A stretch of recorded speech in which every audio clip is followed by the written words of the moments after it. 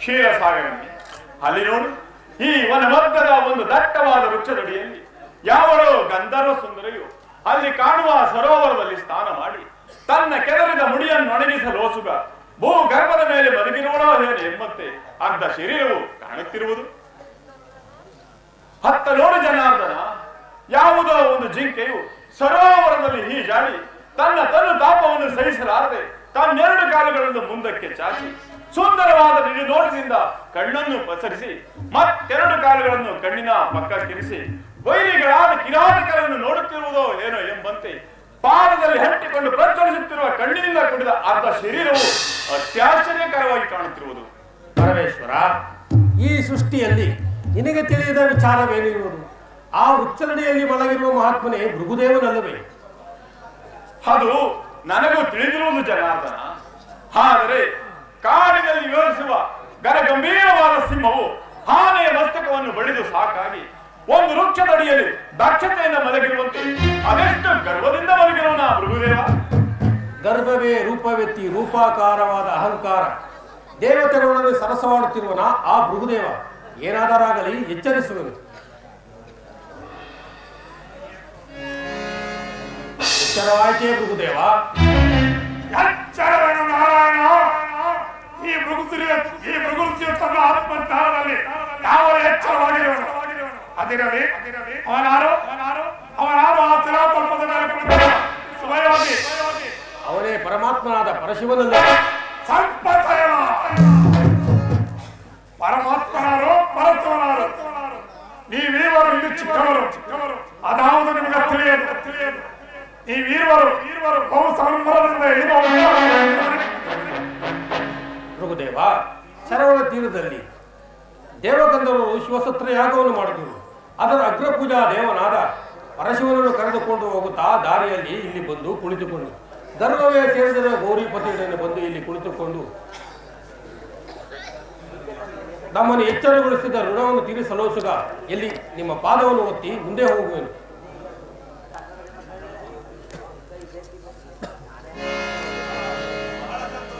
ಬಹಳ ಸಂತೋಷ.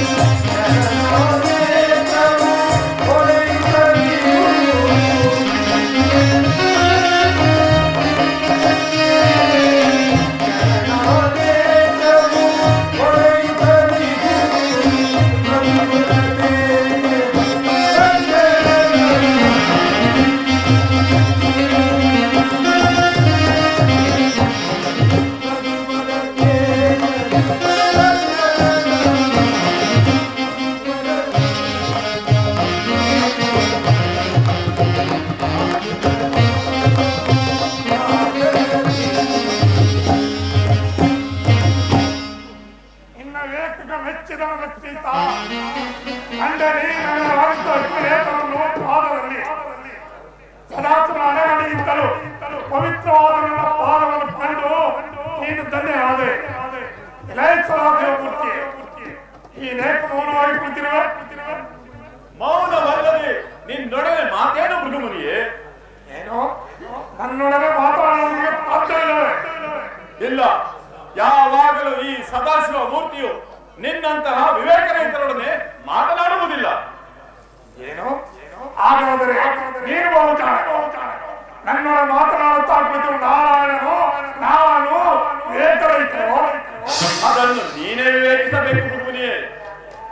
ಕಾಡಿನಲ್ಲಿರುವ ಬಿದಿರುಗಳು ಒಂದಕ್ಕೊಂದು ತಿಕ್ಕಾಡಿ ಅದರಿಂದುಂಟಾದ ಹತ್ತಿಯು ಇಡೀ ಕಾಡನ್ನ ದಹಿಸುವಂತೆ ವಿಷಯಾನಂದಗಳು ನಿನ್ನ ಜೀವಾತ್ಮನ ಪರೆಯ ಮೇಲೆ ಭಯಂಕರವಾದ ಹಾವಿನ ಮೈಬಣ್ಣವನ್ನು ಮುಚ್ಚುತ್ತಿರುವ ಹುತ್ತದ ಮಣ್ಣಿನಂತೆ ದಿನೇ ದಿನೇ ರಾಜಸ ಗುಣವೆಂಬ ಅಹಂಕಾರವು ನಿನ್ನ ಮೈಬಣ್ಣವನ್ನು ಮುಚ್ಚುತ್ತದೆ. ಯಾವಾಗಲೂ ಮಮತೆಯಿಂದ ತಲೆಕೆರೆಯನ್ನು ತಿನ್ನುವ ಮೇಕೆಯು ತುಪ್ಪದ ಸಭೆಯನ್ನು ಪಡೆದಿದೆ. ಮಹಾತ್ಮ ಭೃಗು ಋಷಿ ಎಂದು ಅನೇಕ ಋಷಿಗಳಿಂದ ಹೆಸರಾಂತ ನಿನ್ನ ಅಹಂಕಾರವು ಎಲುಬನ್ನು ಕಡಿದ ಹೆಬ್ಬುಲಿಯು ಕಬ್ಬನ್ನು ಬಯಸಿದಂತಾಯಿತು. ಕೇಳು,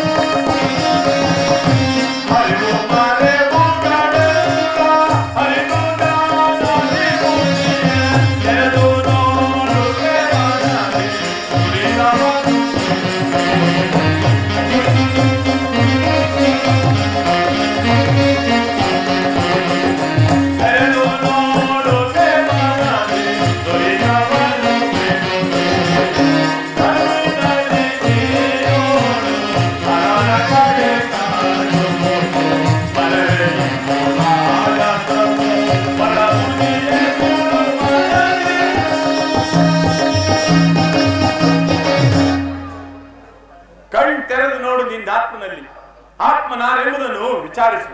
ಧರ್ಮಕ್ಕೆ ಸ್ಥಿರವಾಗಿ ಸುಖಿಯಾಗು. ಅದನ್ನು ನಾನು ನಿನ್ನಿಂದ ಕೇಳಿ ತಿಳ್ಕೊಳ್ಳಬೇಕಿಲ್ಲ. ಏನು ಆ ನಿನ್ನ ಬಂಧು ಪರಂಪರೆಗೆ ಕೈಲಾಸದಲ್ಲಿ ಇದಾಯಿತು ಜನಾರ್ದನ. ಈ ವೀರವರು ಒಂದೇ ಸಂಕಲ್ಪವನ್ನು ಬಯಸಿ ವೈರತ್ವವನ್ನು ಸಾಧಿಸಲು ನನ್ನಲ್ಲಿ ಬಂದಿರುವಿರಿ.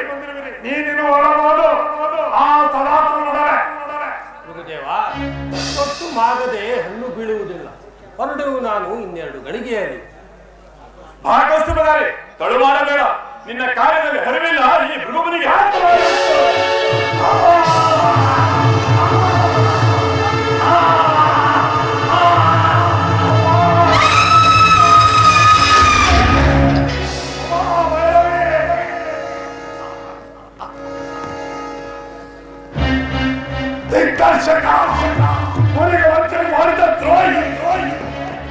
ನಾನು ಮುನಿಗೆ ವಂಚನೆಯನ್ನೂ ಮಾಡಲಿಲ್ಲ.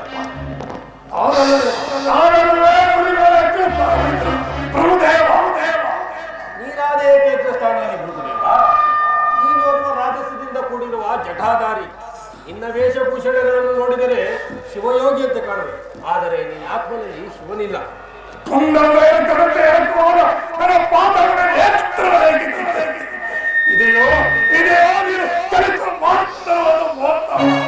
ಋಷಿಯೋರ್ವನ ಅಹಂಕಾರವನ್ನು ಕಿತ್ತೆಸುವುದು ಅವನಿಗೆ ಮೋಕ್ಷವನ್ನು ಕಲ್ಪಿಸಿದ ಕಾರ್ಯವು ಮೋಸವೇ. ನೀನೇಕೆ ಹಂಬಲಿಸುವೆ ನಿನಗಾದ ಪ್ರಾಯಶ್ಚಿತ್ತದಿಂದ?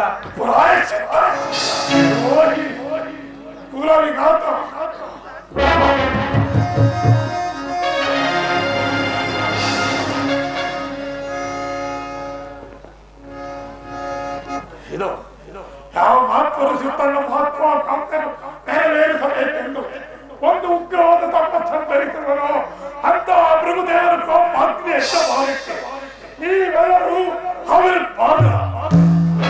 ಈ ವೀರವೇಗ ಶಾಮರಾಗಿ ಅಷ್ಟವತಗಳಿಗೆ ದೇವರಾಗಿ ಅಸ್ತಮಾನದಿಂದ ಪರಿಶ್ರಮಿಸುತ್ತಿರುವ ನೀನು ಭೂಲೋಕದ ದಶಯೋನಗಳಲ್ಲಿ ಚೆನ್ನೋಯ್ತು. ಇದೇ ಈ ಗುರುದೇವ ಅನೇಕ ತಮ್ಮದಿನ ಅತ್ಯುಗ್ರವಾದ ಪ್ರತಿಜ್ಞೆ. ಪರಶುಗಳ ದಯೆಯನಗಿರುತ್ತಿರೆ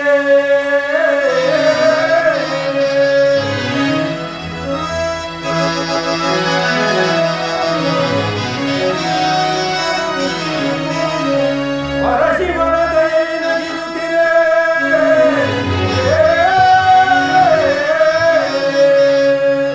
ಅರುಗಿ ಬೆಳೆ ಕುಶಾಮಗೆ ನುಡಿಗೆ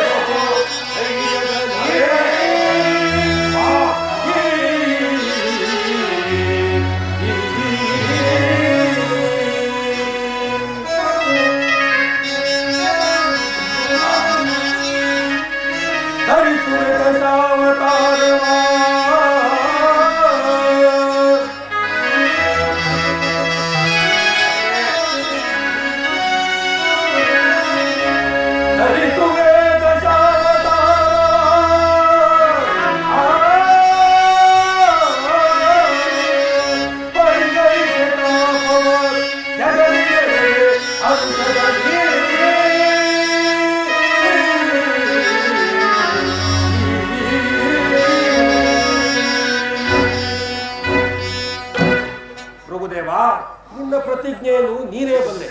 ಅದರಿಂದ ನನಗಾಗುವ ತೊಂದರೆ ಏನೂ ಇಲ್ಲ.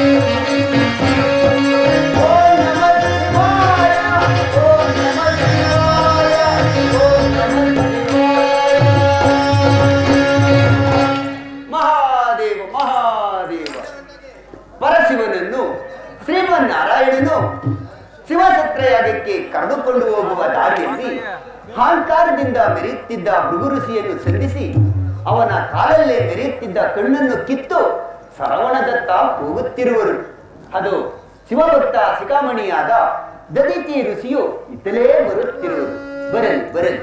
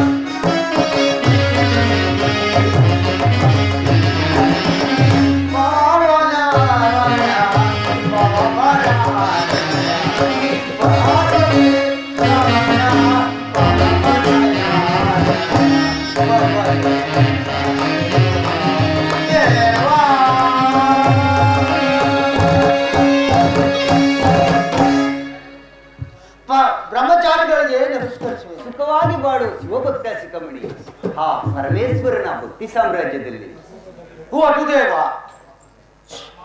ಬ್ರಹ್ಮಾಂಡಗಳನ್ನು ಒಳಗೊಂಡಿರುವ ಆ ಚಿದ್ರೂಪನನ್ನು ನೋಡಿದ ಮೇಲೆ ಪರಮೇಶ್ವರ ನಾಮಾಮೃತವು ನನ್ನ ಸರ್ವಾಂಗಗಳಲ್ಲಿ ವ್ಯಾಪಿಸಿರುವಾಗ ಸುಖವಲ್ಲದೆ ಮತ್ತೇನು ದೇವ? ಅದೇಚಿ ದೇವ, ಪರಮೇಶ್ವರನ ಭಕ್ತರುಗಳಲ್ಲಿ ನೀನೆಲ್ಲವೇ ಮೊದಲಿಗನು. ನೀನಿಲ್ಲದ ಸ್ಥಳದಲ್ಲಿ ಶಿವನಿಲ್ಲ, ಶಿವನಿಲ್ಲದ ಸ್ಥಳದಲ್ಲಿ ನೀನಿಲ್ಲ. ಆ ಪರಮೇಶ್ವರನ ಆತ್ಮಲಿಂಗವೇ ನೀನಾಗಿರುವಾಗ ನಿನ್ನ ಭಾಗ್ಯವನ್ನು ಏನೆಂದೂ ಹೇಳಲಿ. ಆದರೆ ನೀವು ಎಲ್ಲಿಗೆ ದಯಮಾಡಿಸುತ್ತಿರುವಿರಿ? ದೇವಋಷಿ, ಸೂರ್ಯಾಸ್ತ ಸಮಯದಲ್ಲಿ ಅನೇಕ ಪಕ್ಷಿಗಳು ಒಂದು ವಿಶಾಲವಾದ ಮರವನ್ನು ಆಚರಿಸುವಂತೆ ಬೆಳಗಾಗುತ್ತಲೇ ಎದ್ದು ಆಡುವಂತೆ ಈ ಸುರಭೂಮಿಯ ದೇವತೆಗಳು ತಮ್ಮ ಜನ್ಮಸಾಧ್ಯಗಾಗಿ ಪರಮೇಶ್ವರನೆಂಬ ವಿಶಾಲವಾದ ವೃಕ್ಷವನ್ನು ಆಚರಿಸಲು ಸರವಣ ತೀರದಲ್ಲಿ ಸೇರುತ್ತಿರುವರು. ಆ ಪವಿತ್ರವಾದ ಕ್ಷೇತ್ರಕ್ಕೆ ನಾನೂ ಸಹ ಹೋಗುತ್ತಿರುವನು. ಶಿವಭಕ್ತರೇ, ನಿನ್ನಿಂದ ಪರಿಶೋಧಿಸಲ್ಪಡುವ ಆ ಶಿವಸತ್ರೆಯಾಗುವನ್ನು ನೋಡಲು ನಾನು ಕೈಲಾಸ ಮಾರ್ಗವಾಗಿಯೇ ಬರುವೆನು. ಹಾಗೆ ಮಾಡಿ. ಮಹಾದೇವ ಮಹಾದೇವ.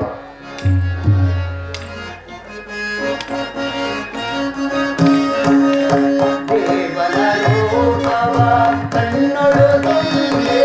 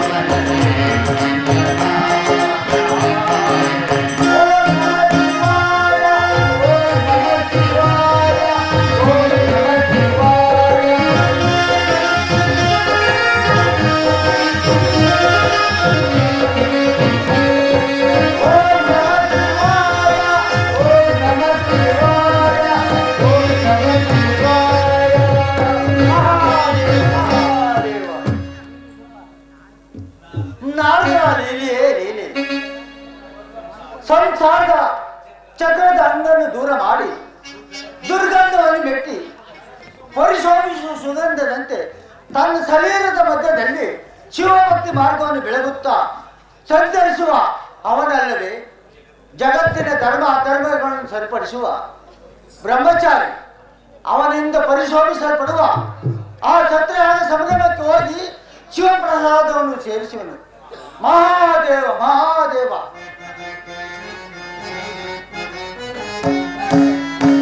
ಶ್ರೀಗಿರಿವಾಸ ಶರಣರ ದೇವ,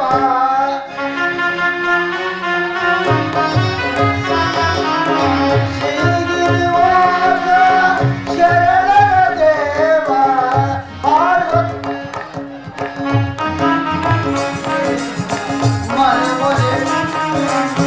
ಮನಮೊನೆ ಪೂಜಿತ ತುರಿತ ವಿಧಾತನ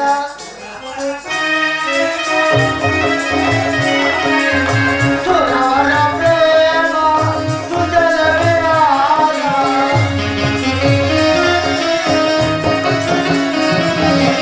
ಸುರವರ ಪ್ರೇಮ ಸುಜಲ ವಿರಾಯ. ಸುಮನ ಕರುಣೆ ಸಾಗರಿಲೋಲ.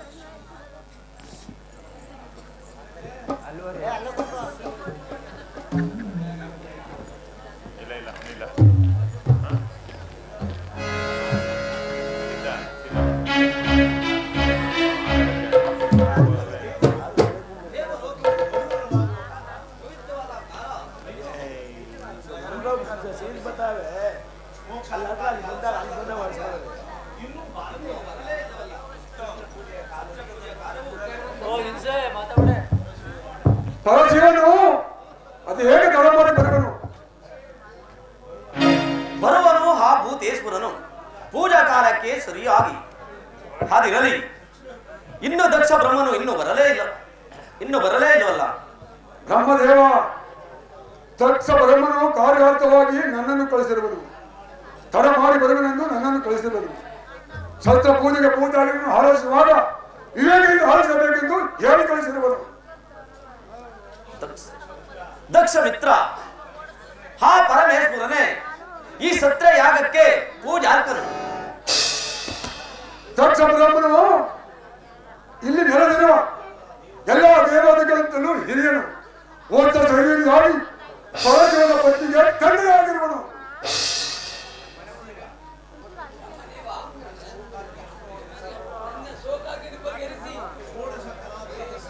ಷೋಡ ಸಕಲ ತೇಜಸ್ಸನ್ನು ಮತ್ತೊಮ್ಮೆ ಜನ್ಮದಲ್ಲಿ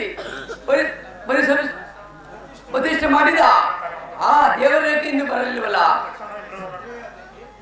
ಈ ಸತ್ಯಾಗಕ್ಕೆ ಪೂಜಾರಕನು ಆ ದೇವರೇಕೆ ಇನ್ನು ಬರಲಿಲ್ವಲ್ಲ. ಆ ಎರಡು ಮೂರ್ತಿಗಳು ಗುರುದೇವನ ಆಶ್ರಮ ಕಡೆ ಹೋಗಿರುವರು. ಕಾರಣವಿಲ್ಲದೆ ಗುರುದೇವನ ಆಶ್ರಮಕ್ಕೆ ಆ ವಿಚಾರ ನಿನಗೇಕೆ ಜಾಲ ಬ್ರಹ್ಮ? ಅವರವರ ಕರ್ಮವು ಅವರು ಹಿಂದಿರುಗುವಾಗ ಹಣ್ಣಾದಂತೆ ಭೃಗು ಋಷಿಯ ಕರ್ಮವು ಹಣ್ಣಾಯಿತು. ಅದನ್ನು ಪರೀಕ್ಷಿಸಲು ಪರಶಿವನೇ ಹೋಗಿರುವನು. ಇಲ್ಲಿ ಅಗ್ರಪದಕ್ಕಿಂತ ಅದ್ಯಾವ ಕಾರ್ಯವಿರುವುದು ಆ ಭೃಗುವಿನ ಆಶ್ರಮದಲ್ಲಿ? ಭೂಮಿಯಲ್ಲಿ ಕಳ್ಳನಂತೆ ಕಂಡಲಾಗಿ ಅಡಗಿದ್ದ ಭೂಪುಷ್ಪವು ತನು ಮಳೆಯ ತಂಪಿನಿಂದ ಪಸರಿಸುತ್ತಾ ಭೂಮಿಯಿಂದ ಮೇಲೇಳುವಂತೆ ಭೃಗುವಿನ ಅಹಂಕಾರವು ತಲೆದೋರಿ ಪರಶಿವ ಪರಂಧಾಮರಿಂದ ನಾಶವಾಯಿತು. ಅದಾದ ಪ್ರಕಾಶವು ಅರುಣೋದಯ ಸೂರದಂತೆ ನಮ್ಮ ಸತ್ರ ಯಾಗಕ್ಕೆ ಮಂಟಪಕ್ಕೆ ತಲೆದೊರುತ್ತಿದೆ. ಹೌದೌದು, ಸೂರ್ಯನು ಮಿಂಚಿನ ಬಳಗದೊಡನೆ ಸಾವಿರಾರು ತಾರಗಳನ್ನು ಹಿಡಿದು ಬರುತ್ತಿರುವನೋ ಏನೋ ಎಂಬಂತೆ ಆ ಪ್ರಕಾಶವು ಶ್ರೀಮನ್ ನಾರಾಯಣನೊಡನೆ ಬರುತ್ತಿರುವುದು.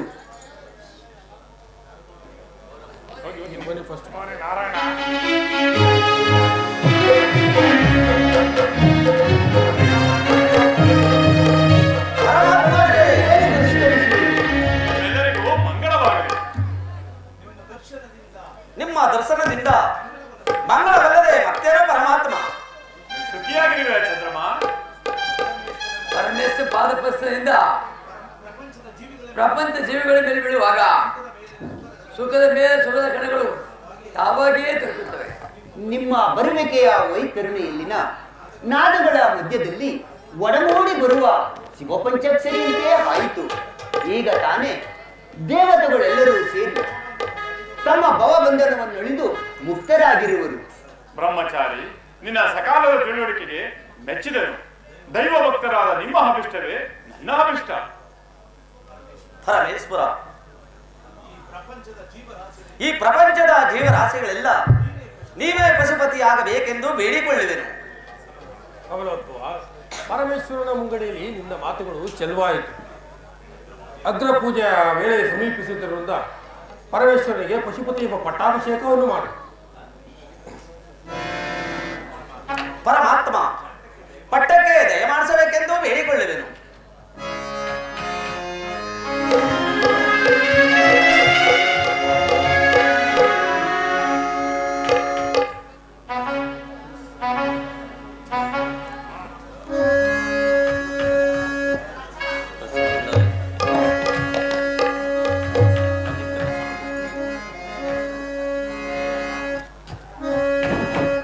ಪಶುಪತಿ ಪೊರೆಯ ಶಶಿಧರ ಪಶುಪತಿ ಪೊರೆ ಶಶಿಧರ ಪಶುಪತಿ ಪರಮ ಪುರವರ ಪಾಲಿಸು. ಪಶುಪತಿ ಪೊರೆ ಶಶಿಧರ ಪಶುಪತಿ ಪರಮ ಪುರವರ ಪಾಲಿಸು.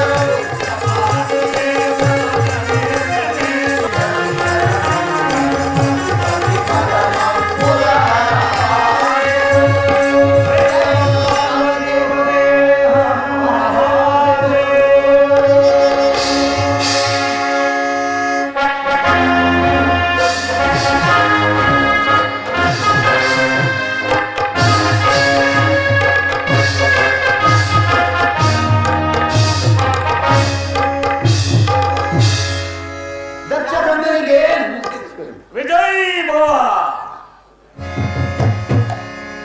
ದಕ್ಷ ದೇವ, ಈ ಪ್ರಸಾದವನ್ನು ಸ್ವೀಕರಿಸಿ. ಹಿರಿಯರಿಂದ ಕಿರಿಯರಿಗೆ ಮನ್ನಣೆ. ವೇದ ದಕ್ಷ ಬ್ರಹ್ಮ, ಕಿರಿದಾದ ಒಟ್ಟು ಬೀಜವು ವಿಶಾಲವಾಗಿ ಒಂದು ಮರವನ್ನು ಹುಟ್ಟುತ್ತದೆ. ಆದರೆ ವೃಕ್ಷಗೊಂಡ ಒಂದು ಒಳ ಬೀಜಕ್ಕೆ ಕೊಂದಿಲ್ಲ. ಜೋಳ ಬ್ರಹ್ಮ, ನಾನು ಬರುತ್ತೇನೆಂದು ನಿನ್ನೊಡನೆ ಹೇಳಿಲ್ಲವೇ? ಹೇಳಿರೋ ನಿನ್ನ ಬರುವಿಕೆ ಮಾತನ್ನು.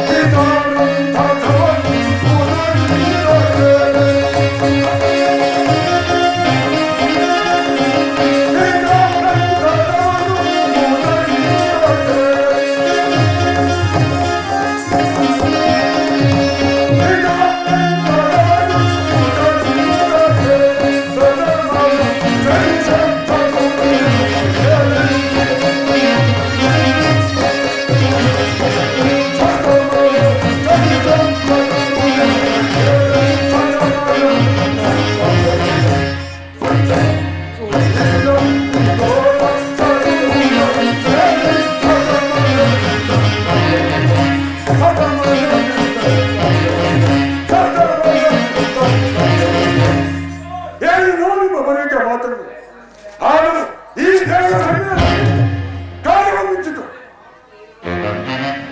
ಏನು ದೇವತೆಗಳ ಸಮ್ಮೇಳನದಲ್ಲಿ ಈ ದಕ್ಷ ಬ್ರಹ್ಮನ ಮಾತು ಉಲ್ಲಂಘನೆ.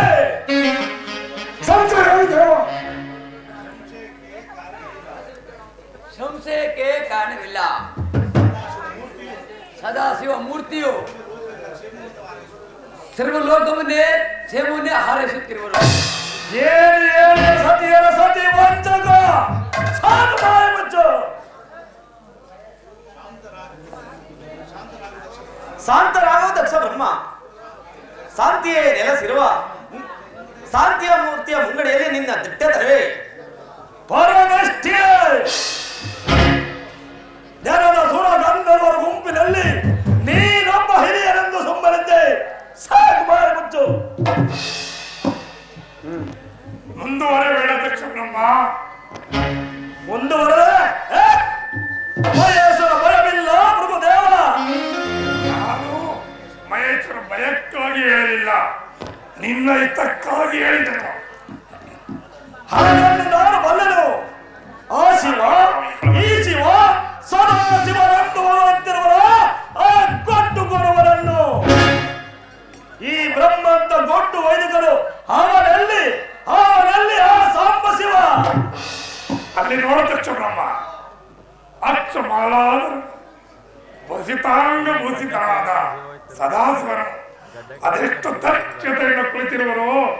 ದಕ್ಷ ಬ್ರಹ್ಮನ ಜಾಮಾತರಂತೆ. ದಕ್ಷ ಬ್ರಹ್ಮನ ಜಾಮಾತ.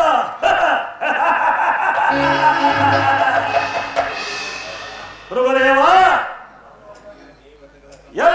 ಎಲ್ಲರೂ ದೇವರ ಸಮ್ಮೇಳನದಲ್ಲಿ ಎಲ್ಲರೂ ಎದ್ದು ನನಗೆ ನಮ್ರತೆಯಿಂದ ನಮಸ್ಕರಿಸುತ್ತಿರುವಾಗ ಅವನೇಕೆ ನಮಸ್ಕರಿಸಿದ ಸ್ತಬ್ಧನಾಗಿ ಕುಳಿತಿರುವನು. ಅದೊಂದು ಹಳೆಯ ಮಾವಂದಿರ ಮೌನ ಭಾವ. ಬಾಯಲ್ಲಿ ಮಾತನಾಡಿದ್ದರೆ ಕೈಯಲ್ಲೇಕೆ ನಮಸ್ಕರಿಸಬಹುದಾಗಿತ್ತು. ಅವನೇನು ಸರ್ವೇಶ್ವರನು ಅಲ್ಲ, ಸುರವೇಶವನ್ನು ಧರಿಸಿರುವ ಮೂಕು ಮಾರಿ. ದಕ್ಷ ದೇವ, ಮಾರಿಯನ್ನ ಬೇಡ, ಮಾದೇವನನ್ನು ಮಾರಿಯನ್ನು ಮುನಿದು ಮರದೇಳುವ ಮಾದೇವನಿಗೆ ಭಕ್ತಿಯನ್ನು ಮನ ಇಡಬೇಕು. ಅಂತೆಯೇ ಪರಮೇಶ್ವರ ಮುಂಗಳಿ ಯಾರು ಪೋಲಿಸುವು ನಡೆಯಲಾರದು. ಚಂದ್ರಮ ನಿನಗಾದ ಪರ್ವವನ್ನು ಜಾಬುದೇಳು. ಇಲ್ಲ ಹೋದರೆ ನಿನ್ನ ಮುಂಗಳೆಯಲ್ಲಿ ಮಹಾದೇವರಿಗೆ ಮತ್ತೊಂದು ಪ್ರಯತ್ನವನ್ನು ಕಲ್ಪಿಸುವರು.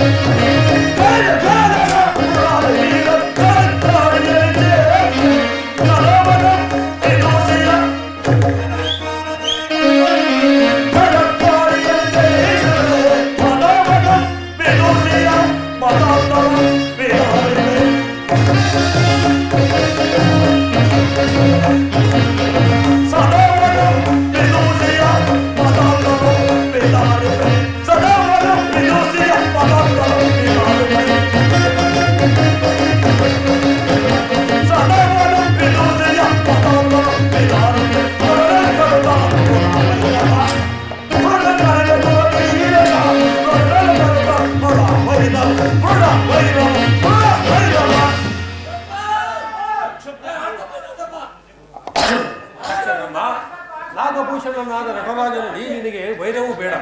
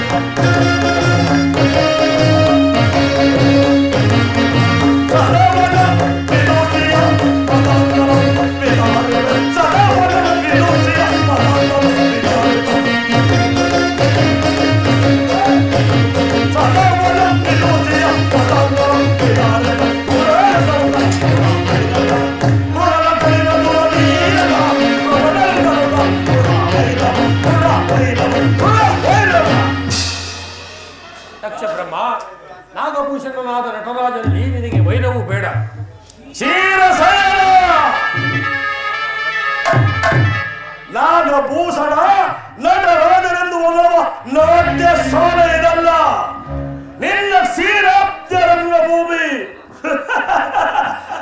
ಕೇಳಿದ ಗುರುದೇವ, ದೇವತೆಯ ಮಾತನ್ನು ನಾಗರಾವರ ಶೃಂಗಾರಭೂಷಿತರಲ್ಲವೇ? ನಾಗವರ್ಣ ಶೃಂಗಾರ.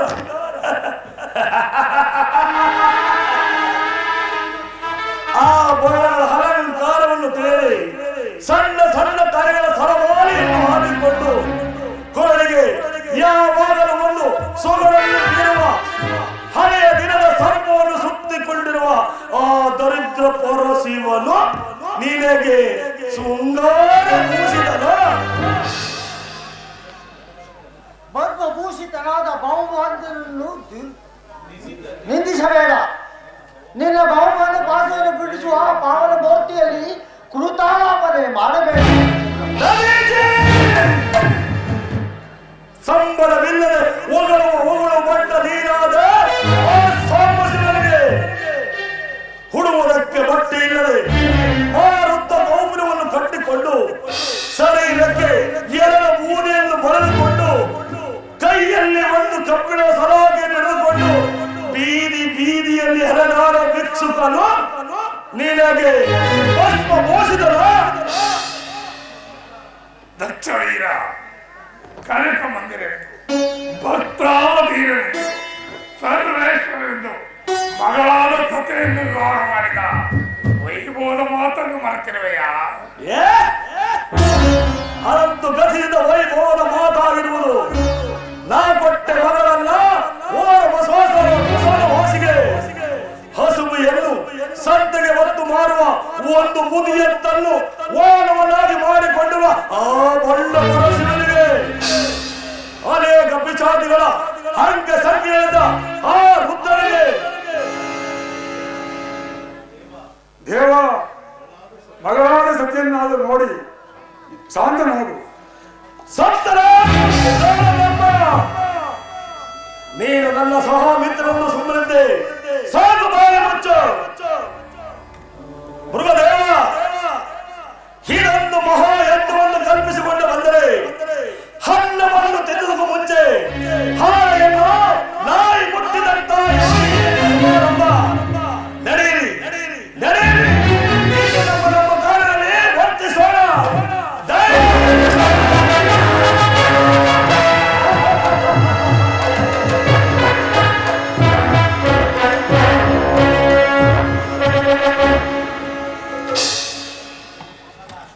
ಸದಾಶಿವ ಮೂರ್ತಿ ಮನವನ್ನಂತ ಮಾತನಾಡಿದ ಈ ದಕ್ಷ ಬ್ರಹ್ಮನಿಗೆ ಮಾತಿಗೆ ಮನನವೇ ಬಾರದು. ಸರ್ವೇಶ್ವರ, ಸದಾ ರಾಜಸದಿಂದ ಮೆರೆಯುತ್ತಿರುವ ದಕ್ಷ ಬ್ರಹ್ಮನ ಮಾತುಗಳನ್ನು ಮನ್ನಿಸಿ ಈ ದೇವತೆಗಳಿಗೆ ಅಭಯವನ್ನಿತ್ತು ಕಾಪಾಡಬೇಕೆಂದು ಬೇಡಿಕೊಳ್ಳುವುದು. ಮದಮುಖರ ಮಾತಿಗೆ ಮುಳುಗಲೇಕೆ ಜನಾರ್ದನ?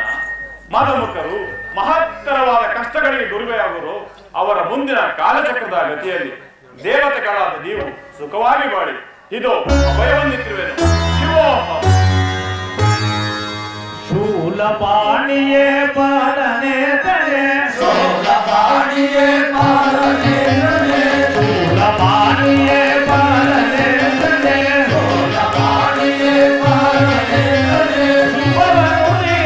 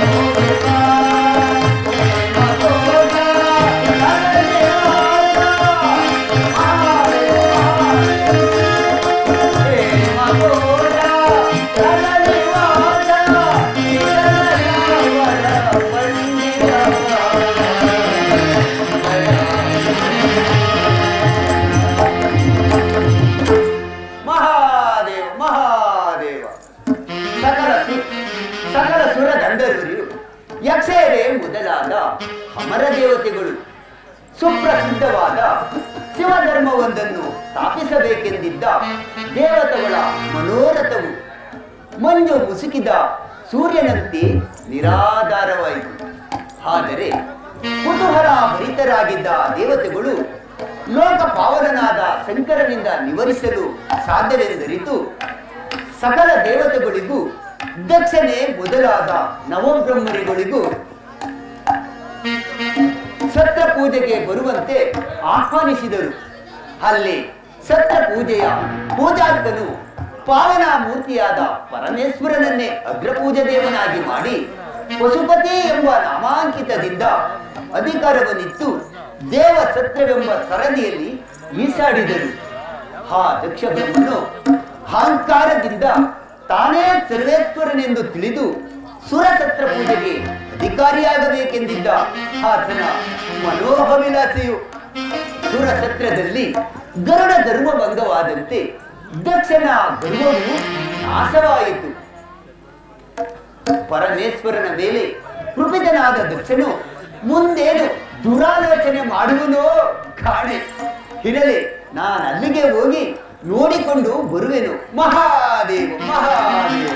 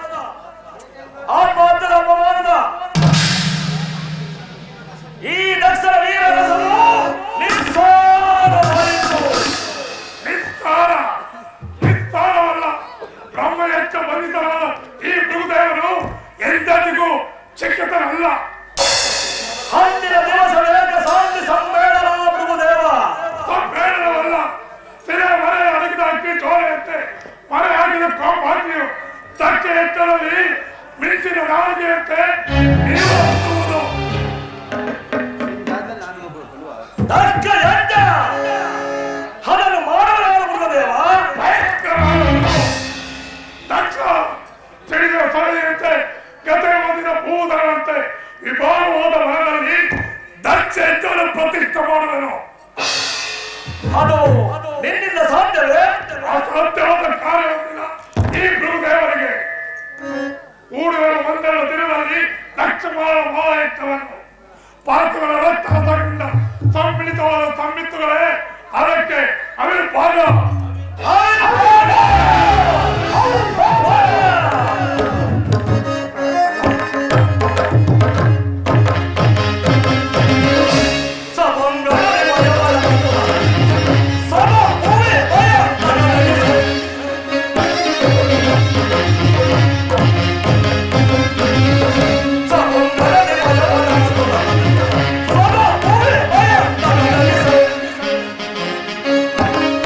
Oh!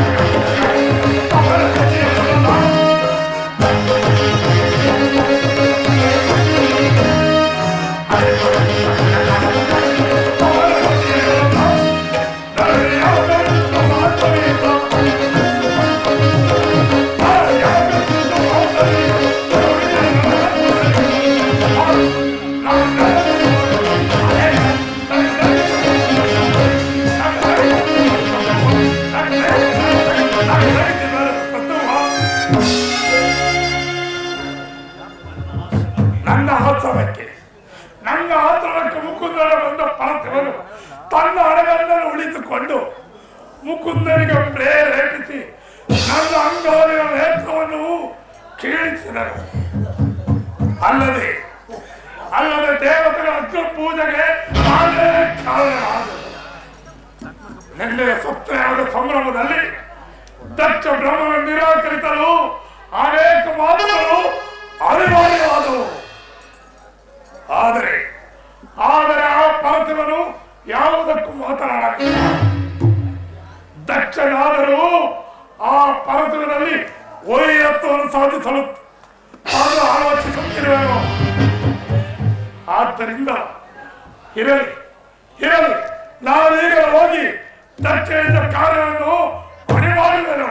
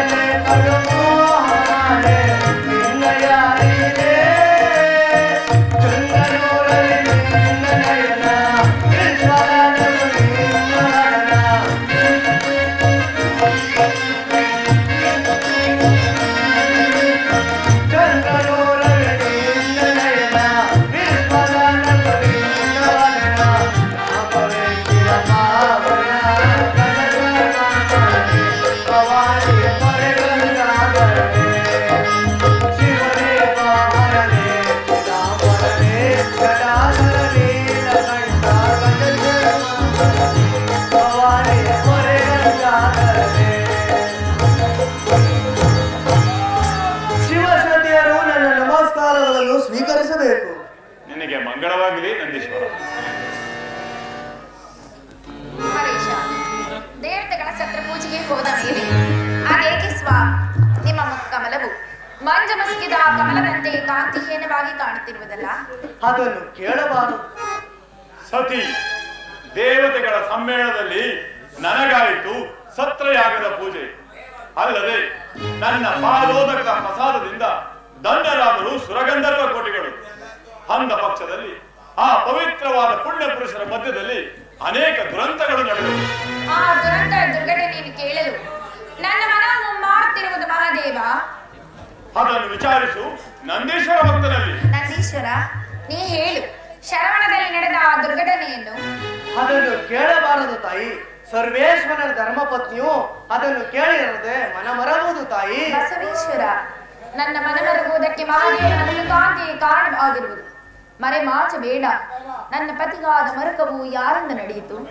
ಆದಿಶಕ್ತಿಯ ಅರಸನ ಅಂದವಾದ ಮುಖವು ಕಾಂತಿ ಹೊಂದಿದೆ ಎಂದರೇನು ತಾಯಿ?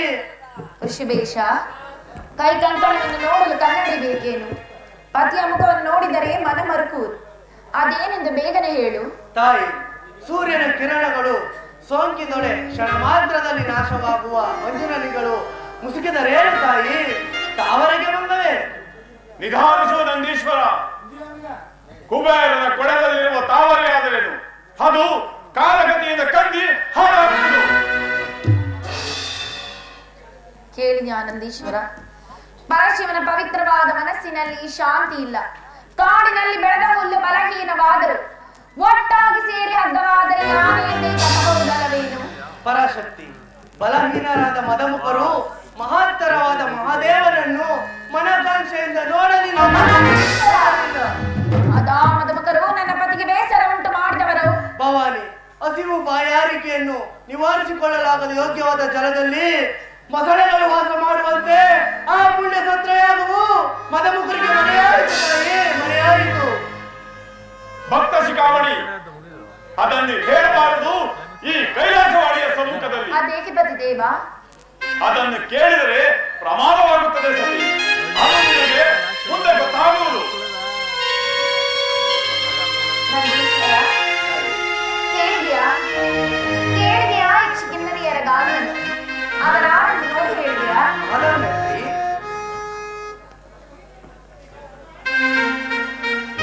ತಾಯಿ, ಅವರೇ ಆದಿಶಕ್ತಿಯ ಹಿರಿಯ ಸಹೋದರಿಯರು. ತಂದೆಯಾದ ದಕ್ಷದೇವನ ಮನೆಯಲ್ಲಿ ನಡೆಯುತ್ತಿರುವ ಮಹೋತ್ಸವಕ್ಕೆ ಹೋಗುತ್ತಿರುವ ಅದಿರಲಿ. ಮಹೇಶ್ವರ, ಕಾರ್ಯರ್ಥವಾಗಿ ಶರವಣದಲ್ಲಿ ಸೇರುತ್ತಿರುವ ಗಣಾಧೀಶ್ವರನ್ನು ನೋಡಿಕೊಂಡು ಬರಲು ನನಗೆ ಅಪ್ಪಣೆ ಇರಬೇಕು ತಂದೆ. ಹೋಗಿ ಬಾ ನಂದೀಶ್ವರ, ನಿನಗೆ ಶುಭವಾಗಲಿ. ಸ್ವಾಮಿ, ನಂದೀಶನ ಮಾತು ಕೇಳಲಿಲ್ಲವೇನು? ಶಾಂತಳಾಗು ಗೌರಿ, ಶಾಂತಳಾಗು. ನಿನ್ನ ಹಿರಿಯ ಸಹೋದರಿಯರು ದಕ್ಷಿಣಾಲಯಕ್ಕೆ ಹೋಗುವುದನ್ನು ನಾನು ಬಲ್ಲೆನು.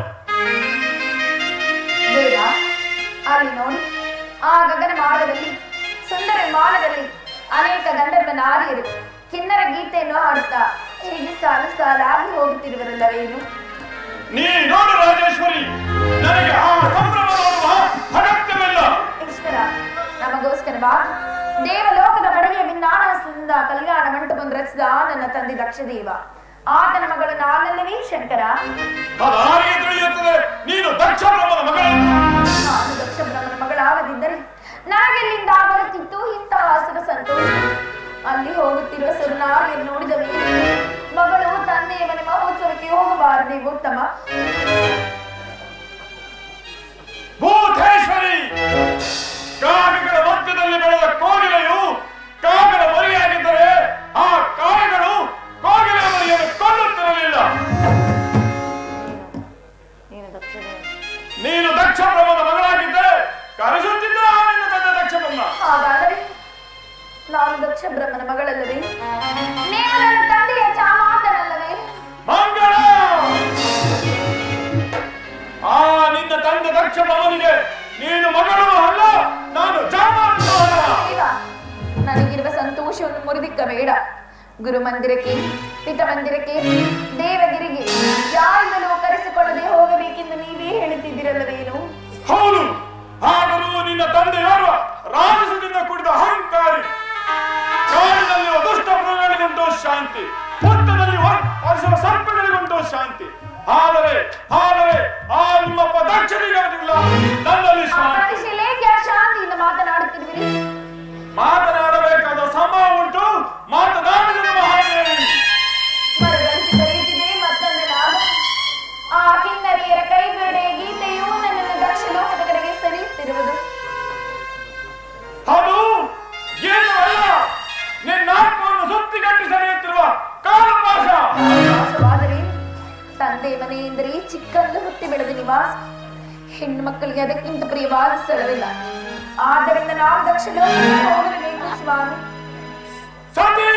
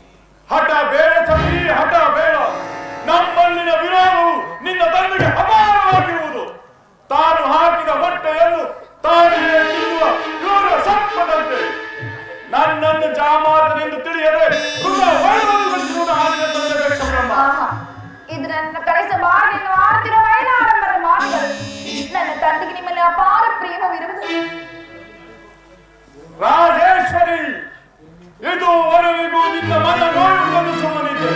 ಕೇಳು, ನೆನ್ನಿನ ಸತ್ಯಯಾಗ ಸಮಾರಂಭದಲ್ಲಿ ಮನ ಬದಲಾಯಿತು. ಮನ ಬದಲಾಯಿತು. ಅಲ್ಲಿ ನಿಮಗಾದ ಅಗ್ರ ಪೂಜೆಯನ್ನು ನೋಡಿ ಸಂತೋಷ ಪಡಲಿಲ್ಲವೇ ನನ್ನ ತಂದೆ ಆ ದಕ್ಷ ದೇವನು? ಏನು ಸಂತೋಷ ಪಟ್ಟರೆ? ಬಹಳ ನಿಧಿಯನ್ನು ಬಳಸಿಕೊಂಡಿರುವ ಕಾಳಿಕ ಸರ್ಪದಂತೆ ನಿಮ್ಮಪ್ಪನ ಜಿಜ್ಞಾಸೆಯು ಅವನ ಜೀವಾತ್ಮವನ್ನು ಸುತ್ತಿಕೊಂಡು ನಿಷ್ಠೂರದ ನಿರಾರ್ಥಕವಾದ ಮಾತುಗಳಿಂದ ನನ್ನಲ್ಲಿ ಅನಂತರವಾದ ವೈರತ್ವದ ಮಾತುಗಳನ್ನಾಡಿದನು. ತಂದೆಯ ಮಾತಿಗೆ ಬೇಸರ ಬಾದ ಭೂತೇಶ್ವರ.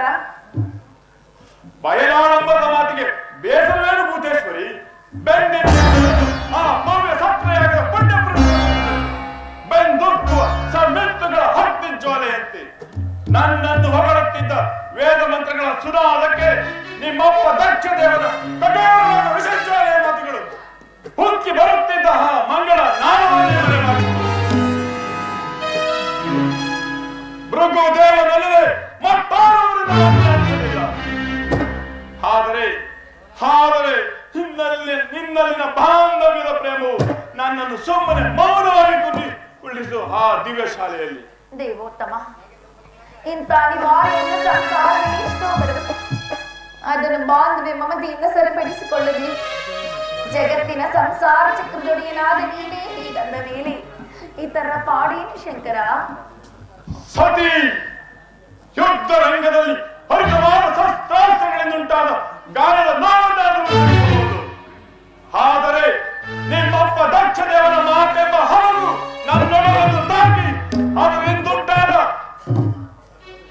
ಅದರಿಂದುಂಟಾದ ಗಾಯದ ವನವನ್ನು ಸಹಿಸಲಾರದೆ ನನ್ನ ಮೂಲರಾಜ್ಞಿಯು ದಕ್ಷ ಉರಿಯುತ್ತಿರುವುದು. ಇದನ್ನು ತಿಳಿದ ದಕ್ಷ ಬ್ರಹ್ಮನು ಪಾಷಾಣಹೃದಯನಾಗಿ ತನ್ನ ಸಹಮಿತ್ರನಾದ ಭೃಗುದೇವರ ಕುತಂತ್ರದ ಮಾತುಗಳಿಂದ ಮಾರಣ ಮಹಾಯಜ್ಞವನ್ನು ನನ್ನನ್ನು ಕೊಂಡಲು ಹೊಣೆ ಮಾಡುತ್ತಿರುವರು. ಮಾರಣ ಮಹಾಯಜ್ಞ ಕರ್ಮದನು ಬಂಧದ ವಜ್ರಸದಿಂದ ಬಂಧಿತವಾದ ಬ್ರಹ್ಮಾಂಡವನ್ನು ಹಿಂಡು ತೆಗೆಯಲ್ಪಟ್ಟ ಉಗ್ರವಾದ ರಸವೇ ಸೋಮರಸ. ಅಲ್ಲಿನ ಆತ್ಮ ಶರೀರಗಳನ್ನು ಬಂಧಿಸಲ್ಪಟ್ಟ ಕಪಾಲ ಪಾತ್ರಗಳೇ ಶುದ್ಧಮತಿಯ ಪಾತ್ರೆಗಳು. ಪಂಚಭೂತಗಳಿಂದ ಬಂಧಿಸಲ್ಪಟ್ಟ ಹೋಮಾಗ್ನಿಕುಂಡದಲ್ಲಿ ದಕ್ಷ ಬ್ರಹ್ಮದ ಸಾವಿರಾರು ಕರ್ಮವಿದ್ದರು ಮುಗಿಲೆಂದು ಭಸ್ಮ ಮಾಡುವಾಗ ಮಾರಣ ಮಹಾಯಜ್ಞವನ್ನು ಮಾಡುವವರು ನಾನಲ್ಲವೇ ಇದೊಂದು ತಿಳಿದಿದ್ದರು ವಿವೇಕ ರಹಿತರನ್ನು ಹಾಕಿ ಬೊಬ್ಬ ದಕ್ಷ ಬ್ರಹ್ಮ. ಸ್ವಾಮಿ, ಆ ವಿವೇಕಿ ಆಗ್ತಾನೆ. ವಿವೇಕವನ್ನೇ ಹೇಳಲಾದರೂ ನಾನು ದಕ್ಷ ಲೋಕಕ್ಕೆ ಹೋಗಬಾರದೇನು?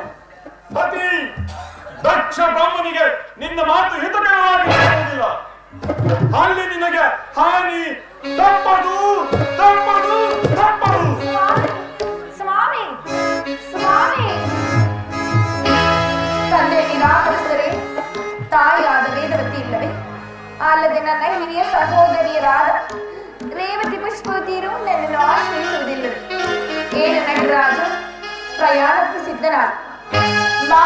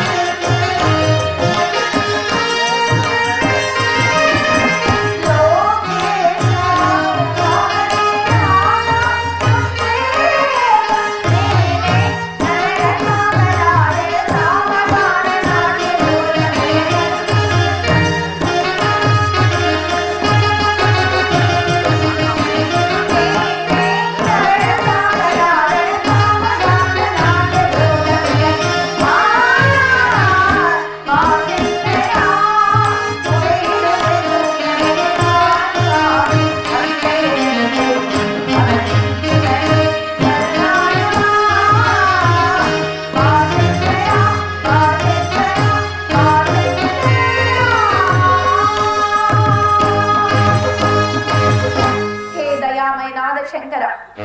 ನಾನು ಮಾಡಿದ ಅಪರಾಧವಾದರೆ ನಿನಗಾದ ಅಪಜೀವ ನನಗಲ್ಲವೇ? ಮಾತನಾಡು ಸ್ವಾಮಿ, ಮಾನ್ಯ ಮನದಾಸೆಯನ್ನು ಮನಸ್ಸಿಲ್ಲದೆ ಮನ್ನಿಸು. ನಿನ್ನ ಧರ್ಮ ಪ್ರತಿ ರಾಜೇಶ್ವರಿಗೆ ದಕ್ಷಿಣ ಲೋಕಕ್ಕೆ ಹೋಗಲು ಅನುಮತಿಯನ್ನು ಕೊಡು. ಇದು ನಿನಗೆ ನಮೋ ನಮಸ್ಕರಿಸುವುದು. ಮಹೇಶನ ರಾಣಿ ನೀನೆಂದು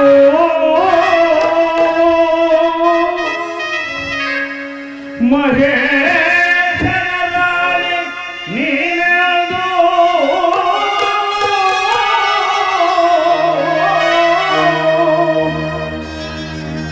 ಮಹಾಯಜ್ಞ ಬಯಸದಿರವು ರಾಜೇಶ್ವರಿ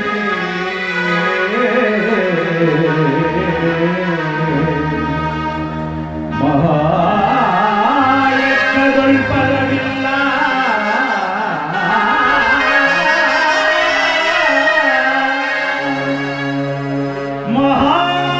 ಮಹಾಯಜ್ಞದೊಳ್ಪರವಿಲ್ಲ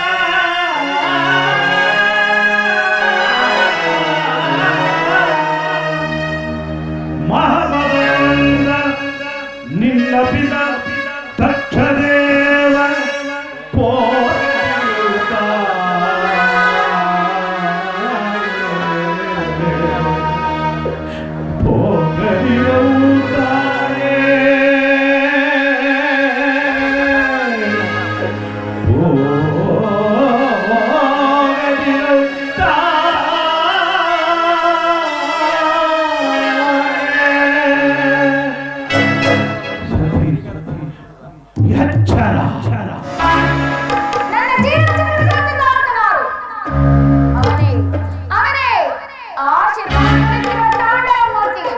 ನನಗೆ ಹಾಡುಗಳನ್ನು ಮಾತನಾಡಲು ಕೊಡುತ್ತಿರುವ ನೀ ಮಹಾದೇವನು.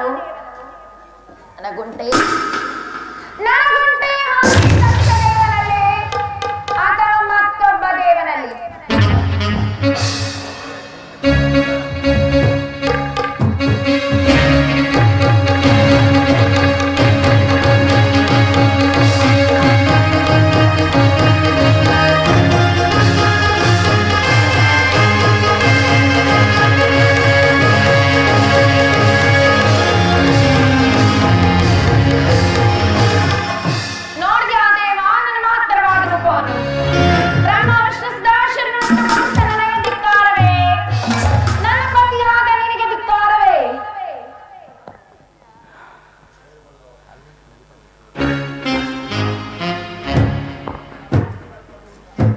ಅನುಜ್ಞೆಯನ್ನು ಕೊಡು ಶಂಕರ, ಅನುಜ್ಞೆಯನ್ನು ಕೊಡು.